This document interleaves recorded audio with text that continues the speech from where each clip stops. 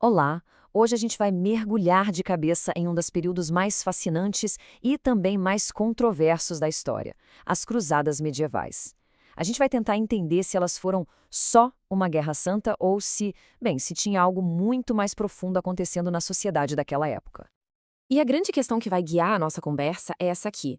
O que, afinal, leva um continente inteiro a entrar numa guerra que dura quase 200 anos? Pois é, a resposta, como a gente vai ver, não é nada simples. Bom, para todo mundo partir do mesmo ponto, vamos à definição básica. Oficialmente, as cruzadas eram isso aí: expedições militares e religiosas para reconquistar a Terra Santa. Mas o pulo do gato está na palavra declarado. O que será que estava rolando por debaixo dos panos?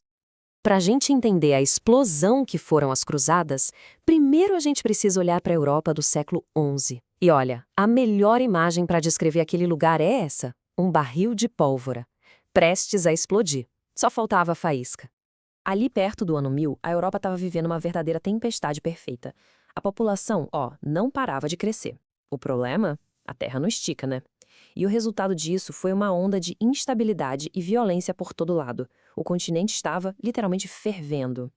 Então, vamos entender melhor que crise era essa. Porque não foi uma coisinha só, sabe? Foi uma verdadeira cadeia de eventos que foi, pouco a pouco, preparando o terreno para um movimento gigantesco como as Cruzadas. E o mais curioso é que essa crise toda começou com uma coisa boa, uma revolução na agricultura.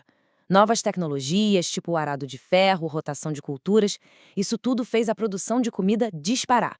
Mais comida significa mais gente, certo? Certo.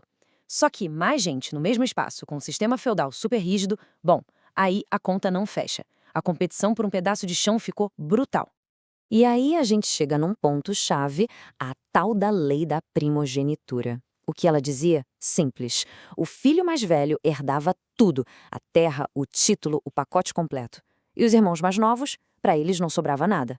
Então, o que essa galera virava? Cavaleiros, super bem treinados para a guerra, mas sem terra, sem futuro, sem nada. Imagina só, um exército de jovens nobres, armados até os dentes, ambiciosos e violentos, vagando pela Europa. Era um problemão social. E foi nesse cenário caótico que o Papa Urbano II entrou em cena.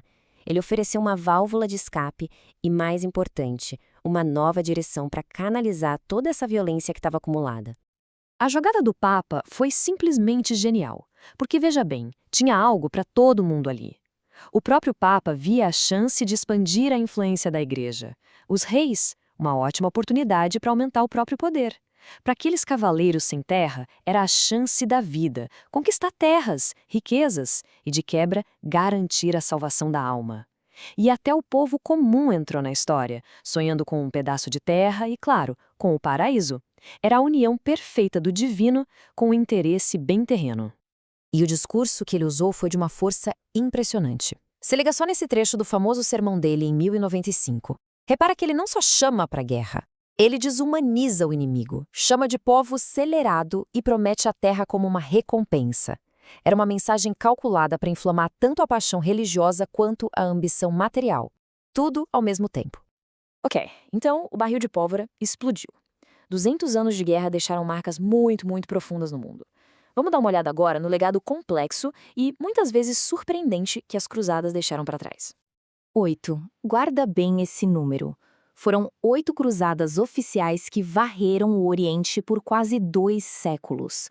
Um esforço monumental que consumiu gerações e redesenhou completamente as relações entre o Ocidente e o Oriente. E o balanço final? Bom, digamos que foi uma mistura de resultados. A primeira cruzada, de forma até surpreendente, foi um sucesso. Eles conseguiram conquistar Jerusalém. Mas as que vieram depois foram, em sua maioria, grandes fracassos militares. E o episódio mais chocante talvez tenha sido da Quarta Cruzada. A expedição simplesmente se desviou e acabou saqueando Constantinopla, que era uma cidade cristã. Isso deixa bem claro que, muitas vezes, os interesses econômicos falaram bem mais alto que os religiosos, não é? Mas olha que interessante, as consequências mais duradouras talvez nem tenham sido as militares.